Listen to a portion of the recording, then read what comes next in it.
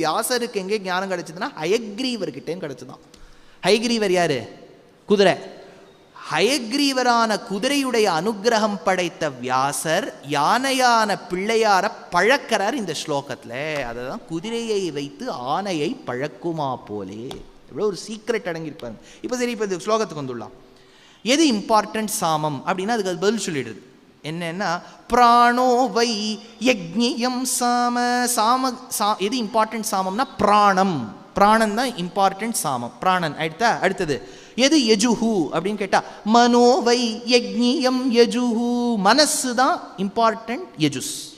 ரெண்டாவது ஆயிடுதா காச்சைஷம் விருணுதே யஜ்ஞம். எது யஜ்ஞத்தை வரிக்கும்.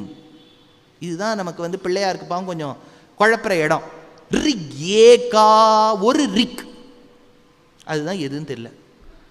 இப்போ முதல்ல நம்ம ஃபஸ்ட் இதை எப்படி உபநிஷத் மூலமாக புரிஞ்சுக்கணும்னு ஒரு விஷயம் சொல்லிடுறேன். அன்னமயம், பிராணமயம், மனோமயம், விஞ்ஞானமயம், ஆனந்தமயம். இது 5 மயம் கேள்விப்பட்டீங்களா? மயம் 5, மயம் 5 அப்படின்னு ஒன்று உபநிஷத்தில் இருக்கு. இந்த ஃபார்முலா ஞாபகம் வச்சுங்க. அன்னமயம், பிராணமயம், மனோமயம், அடுத்தது விஞ்ஞானமயம், ஆனந்தமயம். இது என்ன சுவாமி ஒரு லெவலாக சொல்லிட்டு இருக்கேன்னா, அன்னமயம், அன்னம்னா என்ன? ரைஸ். அதீச்ச அத்தியச்ச, அத்தும் அர்ஹதி இதி அன்னம்னு ஒரு அர்த்தம் உண்டு. அத்தும் அர்ஹதினா சாப்பிட்றதுக்கு உகப்பாயிருப்பது அன்னம். இன்னொன்று அதுக்கு என்னென்னா அதீச்ச அத்தியச்ச, எது அளவோட சாப்பிட்டா நாம் சாப்பிடலாமோ, எது அளவுக்கு மிஞ்சி சாப்பிட்டா அது நம்மளை சாப்பிடுமோ அதுக்கு அன்னம்னு பேர். அதனால தான் கேஜி அஞ்சலி முகர்ஜி சாப்பிடாதீங்கன்னு உட்காந்து குறைச்சிட்டு இருக்கா இல்லையா? அதனால அன்னம். அன்னமயம்னா உடம்பு. உடம்பு முழுக்க அதனால தானே இருக்கு. சாப்பாடு கார்போஹைட்ரேட்ஸ்னால தானே உடம்பு இருக்கு. அன்னமயம் இது பாடி. அடுத்தது பிராணமயம், அது உள்ள உடம்பு ஃபுல்லாக போய் பார்த்தா கேஸ். பிராணன், பிராணன்னா கிட்டத்தட்ட கேஸ். பிராணமயம் கேஸ்ன்னு எப்படி சொல்கிறேன்னு கேட்டால், இப்போலாம் பெரியவாள்லாம் சொல்லுவா தளிகை பண்ணும்போது, ராத்திரி வேணா நீ கொஞ்சம் வாழைக்காய் சாப்பிடாமல் இருந்துரும்பா. ஏன்னா வாழைக்காய் வாயு, முட்டி வலிலாம் வரும். அப்புறம் அதனால தான் எல்லாருமே சேர் போட்டுட்டா. இங்கே வசதி. சில இடத்துல சேர் போட மாட்டா, கீழே எல்லாரும் உட்காந்துப்பா. பத்மாசனம், முட்டியாசனம், மேலே ஆசனம் எல்லாம் பாபா ராம்தேவ் உட்காந்து கற்றுத்தர முடியல இல்லையா?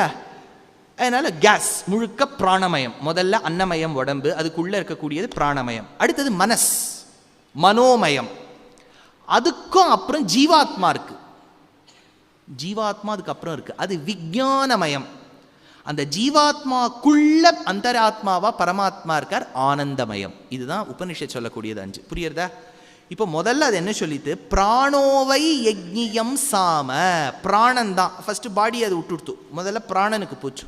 பிராணன் தான் இம்பார்ட்டன்ட் சாமம். அடுத்தது மனோவை யக்ஞியம் யஜுஹு, அடுத்தது மனசுக்கு போச்சு. அடுத்தா இப்போ அடுத்தது என்ன வரணும் ஆர்டரில்? விஞ்ஞானம், ஆனந்தம். கரெக்டாக 2 வரணும். இப்போ இதை எப்படி நம்ம டெவலப் பண்ண போகிறோங்கிறதுலாம் இதில் பியூட்டி இருக்குது. இப்போ நம்ம ஒரு மேட்ச் விளையாட போகிறோம். ஐயோ என்ன சுவாமி இது சாதாரண கதை கேட்கலாம், மேட்ச் எல்லாம் விளையாடிட்டு, அதனால தான் உங்கள் உபன்யாசத்துக்கு யோசிச்சுட்டு தான் வரணும். இப்போ பாருங்க, ரிக் ஏகான் அந்த இடத்துல இருக்கு. ஒரு ரிக் அப்படிங்கிறது அது என்னன்னு எங்கள் ஆச்சாரியன்னு பதில் சொல்வார். அதுக்கு நம்ம ஒரு முதல்ல மேட்ச் விளையாடணும். இப்போ அந்த மேட்ச்சில் 4 பேர், 4 people கண்டெஸ்ட் பண்ணுறா. இப்போ நமக்கு என்ன சென்னை சூப்பர் கிங்ஸ், இது டெல்லி டேர் டெவில்ஸ் மாதிரி இப்போ 4 பேர். யாருன்னா ஜீவாத்மா. ஐயோ மறுபடியும் வந்துட்டீரா நீர் ஜீவாத்மாக்கு அப்படின்னால பல பேர் அப்செட் ஆகிடுவா. கவலைப்படாதீங்க, ஜீவாத்மாலாம் எக்ஸ்பிளைன் பண்ணலாம். இப்போ ஜீவாத்மா. அடுத்தது ஷரீரம், நம்ம உடம்பு, அன்னமயம். ஏன் நன்னா போட்டு குழம்பு சாத்து முதன் சாட்டு நன்னா வளர்த்து வச்சிருக்கக்கூடிய உடம்பு, பாடி. ஜீவாத்மா இது 2 பேர். இப்போ இன்னும் 2 பேர் வேணும். அடுத்தது பரமாத்மா. டக்குன்னு அவர் வந்துட்டார் பாருங்க, எங்கேயோ வைல்ட் கார்டு என்ட்ரியில் அவர் வந்துட்டார், பரமாத்மா. அடுத்தது அவருடைய சரீரம். அவர் சரீரம்னு சொல்லக்கூடாது, கரெக்ட் வேர்ட் திவ்ய மங்கள விக்கிரகம் அப்படின்னு சொல்லணும். பெருமாளுடைய திவ்ய மங்கள விக்கிரகம். டெக்னிக்கலாக பார்த்தா நமக்கு புரியறதுக்காக சரீரம்னு வச்சுக்கோங்க. ஜீவாத்மா ஜீவாத்மா சரீரம், பரமாத்மா பரமாத்மா சரீரம். ஆயிடுதா? இப்போ இதுகளுக்கெல்லாம் நம்ம ஒரு செட்டுக்கும் நம்ம 2 points கொடுக்கணும். எப்படின்னா மேட்ச் இது நல்லா நீங்கள் புரிஞ்சுட்டா தான் போக முடியும். அதை தியானம் பண்ணுறது சுலபமா? First condition. 2வது கண்டிஷன், தியானம் பண்ணுறதுனால கிடைக்கக்கூடிய பலன். தியானம் ஈஸியாக பண்ண முடிஞ்சுதான 1 பாயிண்ட், பண்ண முடியலன்னா 0.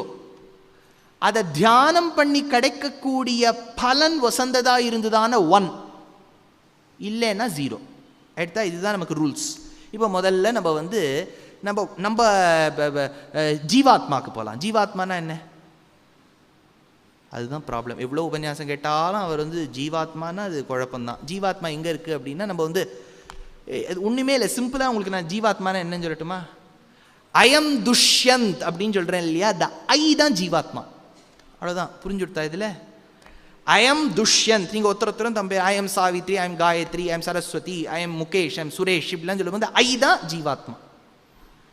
அடுத்தா இல்லையே சுவாமி, ஐஎம் ஜீவாத்மான்னு சொல்லும்போது ஐஎம் சுரேஷ் அப்படின்னு சொல்லும்போது எப்படி ஐ ஜீவாத்மாவாருதுன்னு கேட்டால், விசிஷ்டாத்வைத்த பரமா அகம் பிரம்மாஸ்மிக்கு அர்த்தம் சொல்கிறேன்.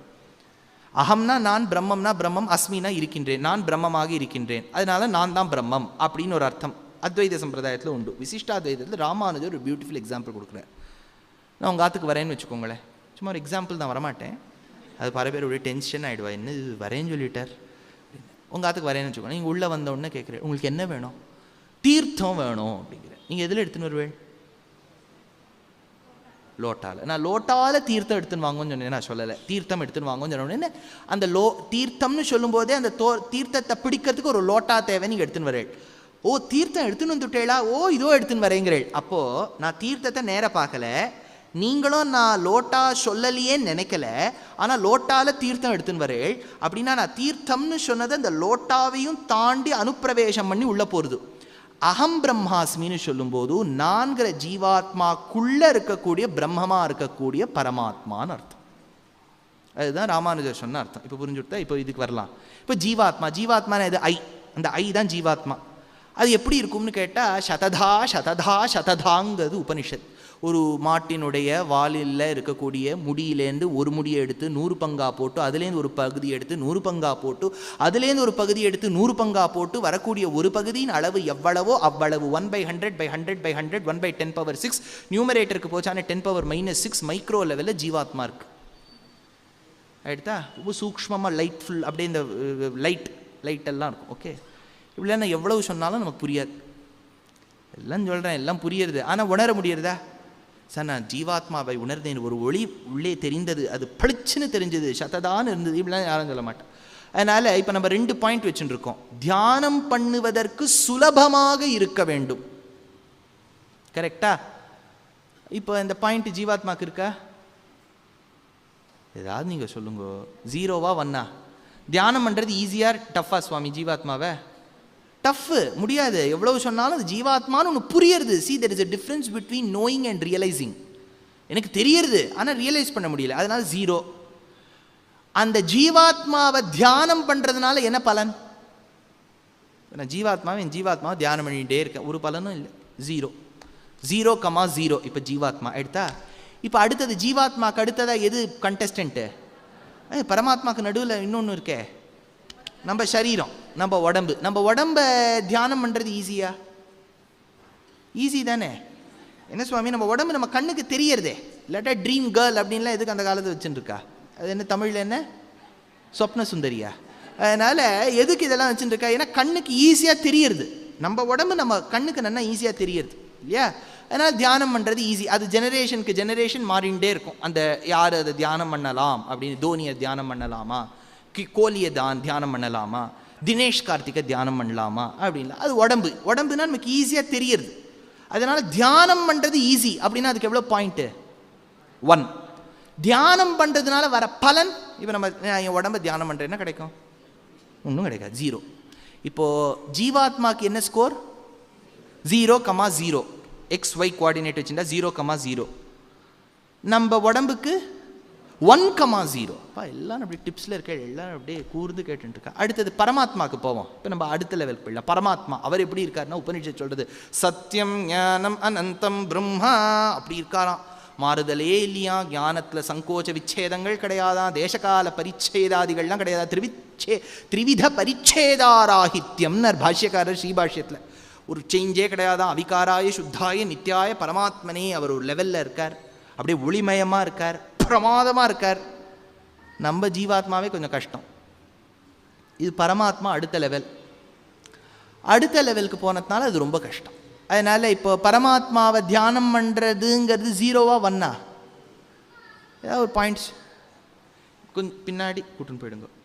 0வா 1ஆ? பரமாத்மா கொண்டு சொல்லுங்க. 0.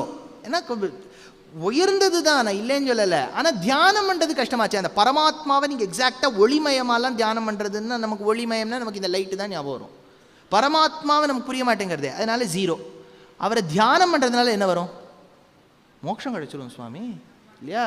1. அதனால் இப்போ அவருக்கு பாயிண்ட் என்ன? 0,1. இதே நம்ம உடம்புக்கு 1,0. நம்ம ஜீவாத்மாவுக்கு 0,0. இப்போ 4வது இது மிஞ்சிருக்கு. பெருமாளுடைய உடம்பு, அதுக்கு என்ன பேருன்னு சொன்னேன்? திவ்ய மங்கள விக்கிரகம். ஆயிடுதா? இப்போ திவ்ய மங்கள விக்கிரகத்தை தியானம் எப்படி பண்ணலான்னு பார்க்கலாம். இப்போ ரங்கநாதர் கண்ணுக்குள்ளே தெரிகிறாரா கொஞ்சம்? ஸ்ரீரங்கத்து ரங்கநாதர். திருப்பதி திருவேங்கடமுடையான் தெரிகிறார். காஞ்சி வரதராஜர், குருவாயூரப்பன், ராம்நகர் நம்ம ராமர் தெரிகிறார். எவ்வளோ ஈஸியாக வந்துடுத்து பாருங்க, கண்ணுக்கு எதிரே வரார். அதனால் அவரை தியானம் பண்ணுறது ஈஸி. அப்படின்னா எவ்வளோ பாயிண்ட்? 1. அவரை தியானம் பண்ணால் என்ன கிடைக்கும்? மோக்ஷம் 1. அப்படின்னா 1 யார் ஜெயிச்சிருக்கா? பெருமாளுடைய திவ்யமங்கள விக்கிரகம். அதனால தான் நம்ம பெரியவா கோவில் வழிபாடுன்னு வச்சுருக்கா. சரியா? இப்போ இந்த பாயிண்ட் ஆகிடுச்சு. இப்போ அந்த பெருமாளை நம்ம தியானம் பண்ணிகிட்ருக்கோம். தியானம் பண்ணால் நமக்கு மோட்சம் கிடைக்கிறதுன்னு வச்சுக்கோங்களேன். அவருடைய திவ்யமங்கள விக்கிரகம். அப்பேற்பட்ட ஆச்சரியமான திவ்யமங்கள விக்கிரகத்தை பற்றி சொல்லக்கூடிய உயர்ந்த வேத ரிக் எதுன்னு கேட்டால் காயத்ரி மந்திரம். அந்த காயத்ரி மந்திரத்தோட பொருளையே நம்ம பெருமாளுடைய அதனால தான் ஆப்ரணகாத்து சர்வயேவ சுவர்ணஹான்கிறது சாந்தோக்கியம். ஹிரண்ய ஸ்மஸ்ருஹு, அவருக்கு மீச கூட கோல்டு. ஹிரண்ய கேஷஹா, கோல்ட் ஹேர். தஸ்ய யதா கப்பியாசம் புண்டரீகம் ஏவமக்ஷினி. ராமானுஜரோட 1000 இருக்கிறதுனால அந்த கப்பியாசத்தை நீங்கள் நிறைய தடவை கேட்டுவிட்டேன். இனிமேல் நான் கப்பியாசத்தை பற்றி சொல்ல வேண்டாம். அதனால் தாமரை கண்ணன் இப்படிலாம் சொன்னபோது உங்களுக்கு பெருமாளுடைய திவ்யமங்கள விக்கிரகம் தியானத்துக்கு வருதா? அந்த தியான பொருளாக இருக்கக்கூடிய பெருமாளுடைய ஆச்சரியமான திவ்யமங்கள விக்கிரகத்தை உட்பொருளாக கொண்ட ஒரே ஒரு ரிக்கு காயத்ரி மந்திரம். அது வெளியில் சொன்னால் எல்லாருக்கும் தெரிஞ்சு போயிடுங்கிறதுக்காக சீக்ரெட்டாக ரிக் ஏகா, ஒரே ஒரு ரிக்கு அந்த பெருமாளை விருணுதே வரிக்கும்னர். நீங்கள் தெரிஞ்சவா பாருங்க, அந்த காயத்ரி மந்திரத்தில் ஒரு வார்த்தை வரும், வரேண்யம்னு ஒரு வார்த்தை வருதா? சொல்லக்கூடாது, இதெல்லாம் வெளியில் சீக்ரெட். உங்களுக்கு மட்டும் அந்த வரேண்யம். இப்போ எல்லாம் காயத்ரி மந்திரம் எல்லாருக்கும் தெரிகிறது, ஓகே. ஆனால் அந்த வரேண்யம்னு ஒரு வார்த்தை இருக்கா? வரேண்யம்ங்கிறது விருணுதேங்கிற வார்த்தையில் தான் வரிக்கிறதுன்னு ஒரு வார்த்தை. அதனால தான் இவர் சொல்கிறார் ரிக் ஏகா. அதை தான் பிள்ளையார் உட்காந்து சொரிஞ்சுட்டு இருக்காரு. என்ன யார் ரிக் ஏகா ரிக் ஏகா? அதுக்குள்ளே இவர் அடுத்த ஒரு 1000 ஸ்லோகத்தை யோசிச்சு வச்சுட்டார். அப்படின்னு சொல்கிறார் ரிக் ஏகா. அதுதான் பிள்ளையாரே, ஞாபகம் இருக்கா? ரிக் ஏகா, ஓஹோ அதுவா அப்படின்ட்டார். அவ்வளோதான். ஓஹோன்ட்டார், நமக்கு தெரியல. எங்கள் ஆச்சாரியன் சொன்னால் தான் எனக்கு தெரியுது. ஆயிடுதா? இதுதான் சுவாமி மேட்ச் நல்லா இருந்ததா? தாம் யஜ்ஞோ நாதி வர்த்ததே. அது இல்லாமல் யஜ்ஞம் நடக்க முடியாது. அது எது இல்லாமல்? அதே தான், அந்த ரிக் ஏகா, அந்த ஒரு ரிக் இல்லாமல், காயத்ரி இல்லாமல். இப்படின்னு அந்த கொண்டு முடிக்கிறார். இதுக்கு நீலகண்டர் அப்படின்னு ஒருத்தர் வியாக்கியானம் பண்ணியிருக்கார். மகாபாரதம் 1,25,000 ஸ்லோகங்களுக்கு ஒருத்தர் உரை எழுதியிருக்கார். பாவம், அவருக்கு எவ்வளோ டைம்.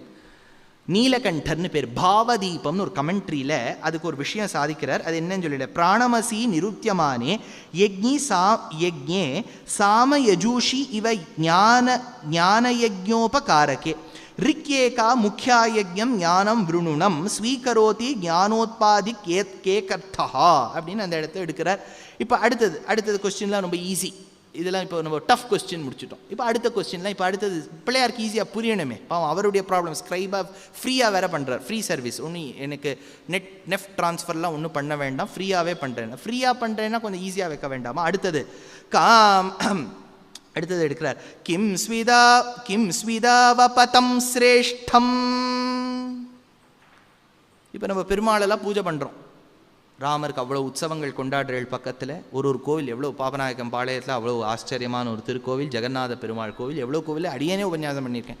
கோயம்புத்தூர் கோவிலில் நான் எல்லா ஊர்லேயும் போய், நீங்கள் யூடியூப்பில் போய் பாருங்க. நான் ஏதோ ஒரு ஊரில் போய் சொன்னபோது சொன்னேன், க்ளீன் டெம்பிள்ஸ்னால் கோயம்புத்தூர் தான். நீட்டாக இருக்குது கோவில்லாம். இல்லையா? கோவிலும் நன்னா வச்சுக்கிறா, வரவாளும் அதை அசுத்தம் பண்ணாமல் இருக்கா. அதனால் இப்போது இவ்வளோ கோவிலுக்கு நம்ம போகிறோம். கோவிலுக்கு போய் பெருமாளை சேவிச்சிட்டோம். எதுக்குன்னா ஆற்றுல கல்யாணம் ஆகணும், குழந்தை பிறக்கணும், என்னென்னவோ இருக்குது, பாஸ் ஆகணும் எக்ஸாமில், இன்னொரு ஃபீஸ் கட்டுறாப்புல இந்த குழந்தை வைக்கக்கூடாது இன்னொரு தடவை, அப்படி அதெல்லாம் போகிறோம். ஆனால் பொதுவாக ஒரு தேவ பூஜான்னு பண்ணுறது எதுக்கு, அதனுடைய பலன் என்னன்னு கேட்டால் பதில் சொல்கிறார் தர்மராஜர். வருஷமாவபதாம் சிரேஷ்டம். ரெயின், கரெக்டாக மழை பெய்யறது தான் நாம் செய்யக்கூடிய பூஜைக்கு பலனா. மழை பெய்யறதா? வாட்டர் ப்ராப்ளம் இருக்கா இல்லையா? கோயம்புத்தூரில் இருக்குது. சென்னையில் கேட்கவே வேண்டாம், லாரி தான் அங்கே ஓடுறது. விட்டால் நம்ம லாரியிலே இன்னும் கொஞ்சம் நாள் போகிறோம்னா அந்த ஓட்டையை திறந்து இங்கே குளிச்சுட்டு வெளில வந்துருங்கோ, இன்னும் 4 ஆற்றுக்கு போயின்ட்டு இருக்கோம் நாங்கள், அங்கே போய் அவள் குளிக்கணும் அப்படி. அந்த நிலைக்கு நம்ம வந்தாச்சு இல்லையா? கணத்துலலாம் அவாவா நான் இப்போ மெட்ராஸில் போய் சுவாமி இங்கே கிணறை வந்து பாருங்கோ அப்படிங்கிற, கணத்தை பார்த்தா அதோ பாதாளம் தெரியுது. பலி சக்கரவர்த்தி கூட தெரிஞ்சுருவா, ஜலம் தெரிய மாட்டேங்குது இல்லையா? ஏன் அப்படின்னா ஒன்றும் நம்ம பூஜை பண்ணுறதில்லை, இல்லாட்டா ஒழுங்காக பண்ணுறதில்லை. அராஜகம் இருந்துட்டான மழை பெய்யாதுங்கிறா. அட்மினிஸ்ட்ரேஷன் சரியா இல்லைன்னா மழை பெய்யாது. எடுத்தா சரி. அடுத்தது இது ஒரு சிம்பிள் கேள்வி. கிம் ஸ்வின் நிவபதாம் வரம். அடுத்தது கேட்குறார், கிம் ஸ்வித் நிவபதாம் வரம். நம்ம பித்ருக்களை பூஜை பண்ணுறதுனால கிடைக்கிறது என்னன்னு கேட்டால் அவர் பதில் சொல்கிறார், பீஜம் நிவபதாம் வரம். நம்ம பூமியில் நன்ன விதை போட்டால் விளையுமா? பித்ருக்களுங்கிறாளே அதில் ஒரு பெரிய டவுட் சுவாமி, எல்லாரும் டவுட் என்னன்னா, தாத்தா அப்பா அம்மா இவாழ்லாம் பித்ருக்களுங்கிறா. நீங்கள் என்ன சொல்ல? ஒரு ஜீவாத்மா சரீரத்தை விட்டு வெளில போயிடுத்துனா 2 வழி தான் சுவாமி அதுக்கு. 1000 பிரம்மரந்திரங்கள் மூலமாக அது வெளியில் போகலாம். ஃபஸ்ட்டு 100, இங்கே 1001 நாடிகள் மேலே போகிறதான். நம்ம ஹிருதய கமலம்ங்கிறது லோட்டஸ்லேருந்து 101 நாடிகள். அந்த 101 நாடிகளில் முதல் 100 நாடிகள் வழியாக ஜீவாத்மா போயிடுத்துன்னா அடுத்த ஜென்மம் உண்டு. இப்போ ராம்நகர், அடுத்தது ஆர்எஸ்புரம், அப்படி பீலமேடு, அப்படி பிறந்துட்டே இருக்க வேண்டியது தான். 101வது நாடி வழியாக போச்சுன்னா அதுக்கு அர்ச்சிதாதி மார்க்கம், த பாத் ஆஃப் ஃப்ளைட், அதுக்கு நச்ச மோக்ஷம். எடுத்தா ஒரு 2 வே தான் அதுக்கு. ஒரு வே என்னன்னா அதுக்கு மோட்சம் கிடைக்கலாம், அல்லது அடுத்த ஜன்மம் ஏற்படலாம். இப்போ நம்ம பித்திருக்களுக்கு உட்காந்து பண்ணுறோம். இப்போ யாருக்கு பண்ணுறோம்? இப்போ தாத்தாக்கு பண்ணுறோன்னு வச்சுக்கோங்களேன். இப்போ தாத்தா என்னவா போயிருப்பார்?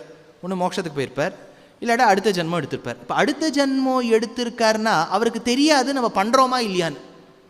இல்லை, நமக்கெல்லாம் ஞாபகமாக வந்துருக்கு, போன ஜென்மத்தில் 1971ஆம் ஆண்டு நான் உயிர் துறந்த போது நான் இருந்த வாஷர்மேன் பேட்டையில் இருந்த என் முன்னோர்கள் எனக்காக கர்மா செய்யவில்லை அப்படிங்கிறதுலாம் நமக்கு ஞாபகம் இருக்கா? நம்ம வாசலில் போய் நின்றுடுவோமே, உங்கள் ஃபேமிலியில் இருந்தவன் தான் இந்த சரீரத்தில் இப்போ இருக்கேன் சொல்லிவிடுவோம். நமக்கு ஞாபகம் இருக்கிறது இல்லை.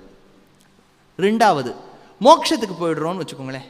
ஏதோ கொஞ்சம் புண்ணியம் இருக்குது, ஆச்சாரிய கட்டாட்சம் இருக்குது, மோட்சத்துக்கு போய்ட்றோம். இப்போ மோட்சத்துக்கு போயிட்டால் நமக்கு பெரிய கவலையாக அங்கே கீழே உட்காந்து பண்ணிட்டு இருக்காங்க, இதெல்லாம் வேண்டாங்கிறதுக்கு தான் அங்கே போகிறார். அங்கே போய்ட்டு யார் கவலைப்பட்டு இருக்கா? அங்கே போனாலும் நமக்கு தேவையில்லை, அங்கே பெருமாளுடைய கைங்கரியம்னே உட்காந்துட்டு இருக்கோம். இங்கே இருந்தால் அடுத்த ஜென்மம் எடுத்தால் நமக்கு தெரிய போகிறதில்லை. 2 எடுத்தா பின் எதுக்கு நம்ம பண்ணணும்? கேள்வி கரெக்டாக இருக்கா? நன்னா கவனிங்க, இதுக்கு ஒரு பதில் சொல்கிறேன். பித்ருக்கள் அப்படின்னு சொன்னால் இது டைரக்டாக நம்ம தாத்தா பாட்டி அப்பா அம்மா கிடையாது. யாரெல்லாம் இந்த உலகத்தில் ஒரு ஷரீரத்தில் பாஞ்சபௌத்திக ஷரீரத்தில் வாழ்ந்து உயிர் துறந்தவர்களோ அவர்களுடைய ஷரீரத்தை விட்டு பிரிந்த அனைத்து ஜீவாத்மாக்களின் ஒரு ரெப்ரசன்டேட்டிவ். பித்திருக்களுங்கிறவா யாருன்னா பித்ருலோகம்னு ஒரு லோகம், அங்கே இருக்கக்கூடியவாள்லாம் உலகத்தில் யாரெல்லாம் டிபார்ட்டட் சோலோ அவளுடைய ரெப்ரசன்டேட்டிவ், அவளே கிடையாது. அந்த பித்திருக்களுக்கு எப்படி சாப்பாடுனா, வருஷத்துக்கு வருஷம் திவசம் ஸ்ராத்தம் பண்ணி நம்ம ஒரு குதப காலத்தில் விடக்கூடிய போஜனம் தான் அவளுக்கு லஞ்ச் டைமில் அதுக்கு கொடுக்கக்கூடிய சாப்பாடு. டைரெக்டாக அந்த பிண்டம் அங்கே போகாது. அந்த பிண்டத்தினுடைய வேல்யூ, இப்போ நம்ம இப்போ ஒரு அம்மா, அவளுக்கு பொண்ணு இருக்கா, பொண்ணு வேறு ஊரில் இருக்கா, அவளுக்கு திடீர்னு பணம் தேவை, அம்மா கிட்ட பணம் இல்லை, அவள் என்ன பண்ணுறா, உடனே ஒரு ஜுவல்லர்கிட்ட போய் தன்னுடைய நெக்லஸை வைக்கிறா. நெக்லஸை வச்சு சொல்கிறா, இதுக்கு என்ன விலையோ அந்த விலையை அவள் அக்கௌண்ட்டுக்கு போட்டுருங்கோ. இப்போ செயின் போகாது, அந்த வேல்யூ தான் போகும். பிண்டத்தினுடைய வேல்யூ அந்த பித்திருக்களுக்கு போகிறது. யாருடைய பேரை சொல்லி அவள் சாப்பிட்டுக்கிறா? நம்ம முன்னோர்களின் பேரை சொல்லி சாப்பிட்டுக்கிறாளே ஒழிய இது பல பேர் உங்கள் அப்பா அங்கே தெய்வமாக இருந்து பார்த்துட்டு இருக்காரு. யாரும் தெய்வமாலாம் இருந்து பார்க்கவே முடியாது. இதெல்லாம் இந்த சீரியல்லையும் படத்துலையும் தப்பு தப்பாக டைலாக் எழுதி நம்ம மனசு அப்படி மாறிடுத்தோம். அவர் அந்த படத்தை எதிர்க்க போய் எழுதுட்டுருப்பா. உங்கள் அப்பாவை நினச்சிட்டு இருக்கா. அவர் எங்கேயோ பிறந்திருப்பார் ஆப்கானிஸ்தானில். இப்போ அவரை நினச்சி நினைத்த உட்காந்து அழறது. இந்த சித்தாந்தத்தை புரிஞ்சுட்டா ரொம்ப இமோஷ்னல் ஆகிடக்கூடாது. நம்ம கரெக்டாக இருக்கணும். ஒரு பேலன்ஸ் மெயின்டைன் பண்ணாதான் லாஜிக்குக்கும் இமோஷனுக்கும் வாழ்க்கை ஓடும். உங்கள் அப்பா அங்கே தெய்வமாக இருந்து பார்க்குறாரு. எல்லோரும் ஒரு தெய்வம் ஒரு உலகத்தை வச்சுருத்தானே பெருமாளுக்கு அங்கே போட்டி வந்துடும். அதனால் அதெல்லாம் கிடையாது. யாரும் தெய்வமாலாம் இருந்து பார்க்க முடியாது. அந்த லிஸ்ட்டில் நம்மளும் போயிட்டே இருக்கோம். இப்போ ரயில்வே டிக்கெட் இஷ்யூ பண்ணால் ஐயோ அவருக்கு இஷ்யூ பண்ணிட்டாரே, அடுத்தது நமக்கு தான் இஷ்யூ பண்ணுவான்னு அர்த்தம் இல்லையா? அதனால் ஒவ்வொருத்தரும் இங்கே இருக்க வாழ்க்கெலாம் நம்ம எல்லாருக்கும் ஒரு காமனாலிட்டி என்னென்னா போயிட்டே இருக்க போகிறோம். அந்த போகிறதுக்குள்ளே அங்கே ஸ்ராத்தத்தினுடைய பலனாக அங்கே சொல்லியிருக்கக்கூடிய விஷயத்தை நம்ம சொல்லணும் அப்படின்னு அர்த்தம். எடுத்தா பீஜம். பீஜம்னா சீடு. இதில் இன்னொரு விஷயம் இருக்குது. என்னன்னா திருப்பாவை நம்ம சொல்கிறோம். திருப்பாவை சொல்லி முடித்தோன்னு வாழி திருநாமம் வரும். கோதை தமிழ். அது என்ன? வேதமனைத்திற்கும் வித்தாகும் கோதை தமிழ் ஐயைந்துமைந்தும் அறியாத மானிடரை வையம் சுமப்பதும் வம்பு. கேள்விப்பட்டிருக்கீங்களா? வேதம் அனைத்திற்கும் வித்து ஆகும் கோதை தமிழ். வித்துனா சீடு. எது வித்தாருது? கோதை தமிழ். கோதை தமிழுங்கிறது என்ன? திருப்பாவை. திருப்பாவை வேதத்துக்கு வித்தார் தான். ஏன் சுவாமி, திருப்பாவை முன்னாடி வந்ததா வேதம் முன்னாடி வந்ததா? வேதம் முன்னாடி வந்தது. வேதத்துக்கு எப்படி திருப்பாவை வித்தாகும்? கேள்வி கரெக்டாக இருக்கா? நல்லா கவனிங்க. இப்போ ஒரு மாம்பழத்தில் இது நீங்கள் புரிஞ்சுட்டேன்னா திருப்பாவை புரிஞ்சிடும். அடுத்த கேள்விக்கு நான் போயிடுவேன். ஒரு மாம்பழத்தில் பொதுவாக எவ்வளோ மாங்கொட்டை இருக்கும்? ஒன்று. ஒரு மாம்பழத்தில் பொதுவாக ஒரு மாங்கொட்டை. ஒரு மாங்கொட்டைக்குள்ளே எவ்வளோ மாம்பழம் இருக்கு? மரமாம்பழம் சொன்னால் இவ்வளோ கணக்கு வந்துட்டே தெரியாது இல்லையா? அது மாதிரி திருப்பாவைங்கிற அந்த வித்துக்குள்ள வேதத்தினுடைய கருத்துக்கள் பல உள்ள பொதிந்து இருக்கிறதுனால வேதம் அனைத்திற்கும் வித்தாகும்னு அர்த்தம். அதுக்கு இந்த இடத்த சொல்றார் பீஜம் நிவபதாம்பரம். ஒரு பீஜம், ஒரு கொட்டை பூமியில் விளைவதற்கு நல்ல ஃபர்டிலிட்டி ஆஃப் த லேண்டுங்கிற இல்லையா? மென்யூர்லாம் போட்டு பித்திருக்களுக்கு பூஜை பண்ணால் நம்ம பரம்பரை நன்றாக வளரும். அடுத்தது இதெல்லாம் பாருங்க. இப்போ நம்ம கேள்வியை உட்காந்து ஜாலியாக ஃபேன் எல்லாம் போட்டு லைட் எல்லாம் போட்டு டிஸ்கஸ் பண்ணிட்டு இருக்கோம்.